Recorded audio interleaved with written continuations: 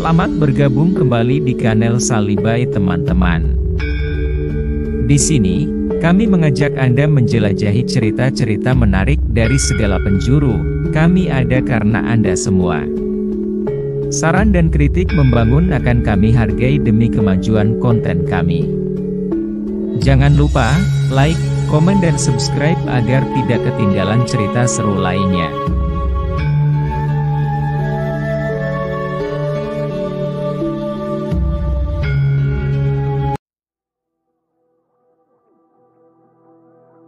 Ada sebuah kampung kecil yang berada di Mimika, Papua. Kehidupan kampung tersebut berlangsung aman dan tentram. Para warga hidup rukun dan sejahtera. Mereka mencari pohon sagu di hutan dan mengambil saripatinya untuk dijadikan sebagai bahan makanan. Suatu hari, persediaan sagu kampung mereka sudah semakin menipis. Para lelaki pun bergegas menuju ke hutan untuk mencari pohon sagu. Ada beberapa wanita pula yang turut ikut ke hutan. Agar bisa sampai ke hutan, mereka menyeberangi sungai besar dengan perahu. Dalam perjalanan menyeberangi sungai, tiba-tiba ada seekor naga besar menghadang perahu mereka. Makhluk ganas itu mengoyak dan memporak-porandakan seluruh kapal. Hampir seluruh warga di perahu tersebut mati, karena naga jahat itu memakan mereka. Hanya ada satu wanita hamil yang berhasil selamat. Ia lalu berlari masuk ke dalam hutan. Ia tak ingin tertangkap oleh makhluk itu. Setelah berlari sekian lama di hutan, wanita itu pun masuk ke dalam gua. Ia merasa aman dalam gua itu. Karena kelelahan, ia memutuskan untuk beristirahat sejenak. Tak mungkin bisa pulang ke kampung halaman. Perempuan ini pun tinggal di gua itu. Untuk bertahan hidup, setiap hari ia mencari ubi atau buah-buahan yang tumbuh di hutan. Beberapa bulan kemudian, wanita itu melahirkan seorang bayi laki-laki yang sangat tampan. Ia memberi nama Biwar pada sang buah hatinya. Saat beranjak remaja, ia mengajari anaknya cara menanam ubi, memanah, hingga berburu. Pada suatu pagi, Biwar meminta izin pada ibunya untuk pergi berburu. "Ibu, aku kan pergi berburu. Semoga malam ini aku bisa membawa hewan yang lezat," kata pemuda itu. "Iya, nak. Ibu pasti mendoakanmu.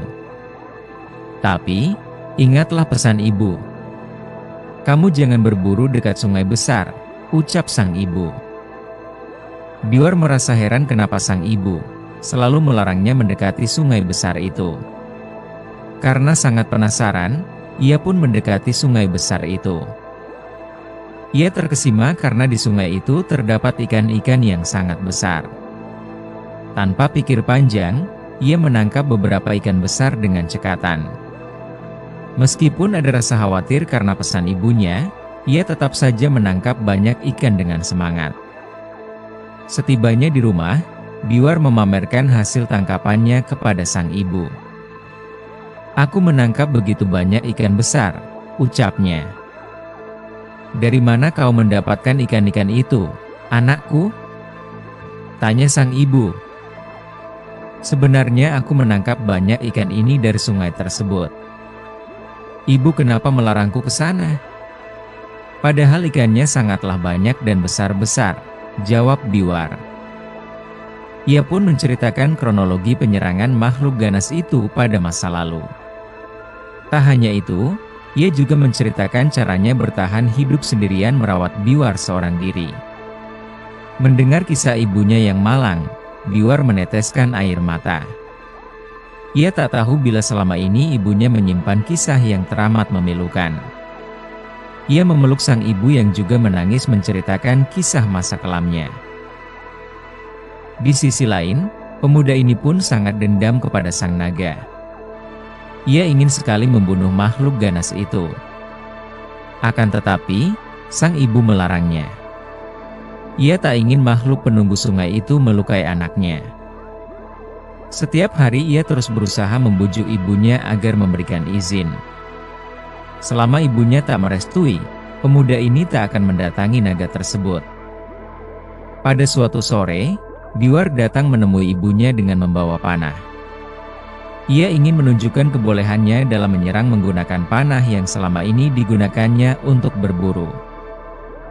"Ibu, lihatlah. Kemampuan memanahku sudah semakin membaik. Tampaknya, aku akan menang melawan naga itu," ucap sang pemuda. Ibu Biwar sudah tak bisa lagi mencegah keinginan anaknya. Meski berat, ia akhirnya mengizinkan anaknya pergi ke sungai untuk melawan makhluk itu. Keesokan harinya, pemuda pemberani itu berpamitan pada ibunya. Ia membawa senjata panah dan tombak untuk menyerang makhluk yang telah membunuh keluarganya ini. Sang ibu meneteskan air mata sembari berdoa agar anaknya selamat. Sesampainya di tepi sungai besar, ia naik ke tebing yang tinggi. Ia mengamati sungai itu, tapi tak terlihat makhluk itu.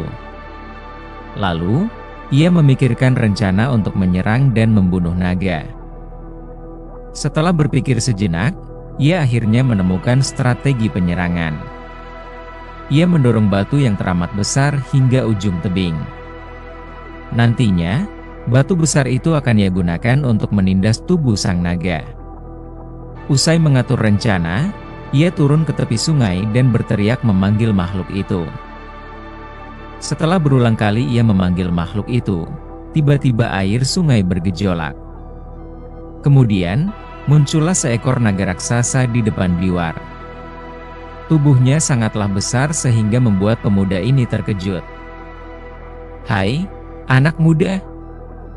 Mengganggu tidurku saja," ucap makhluk itu. "Namaku Biwar. Kamu yang telah membunuh ayah dan saudara-saudaraku? Aku kemari untuk membalas dendam. Kau harus kumusnahkan," ucap pemuda pemberani ini dengan lantang. Kemudian, Biwar menghunuskan anak panahnya ke tubuh makhluk jahat itu. Namun, panah itu tak cukup kuat untuk membunuh makhluk besar ini. Meski tak mempan, pria bertubuh kuat ini tetap menghunuskan anak panahnya. Ia juga melemparkan tombak ke tubuhnya, tapi tetap tak mempan. Makhluk jahat ini sangatlah kuat. Ia memiliki sisik yang tebal. Naga menyembur pemuda itu dengan apinya. Dengan cepat, Biwar menghindar dari semburan api itu. Ia terus menyemburkan apinya, tapi sama sekali tak mengenai Biwar.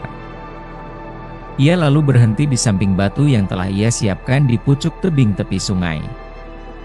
Ketika makhluk yang murka itu bersiap-siap menyemburkan api, Biwar mendorong batu besar. Kemudian, batu itu mengenai kepala naga hingga hancur.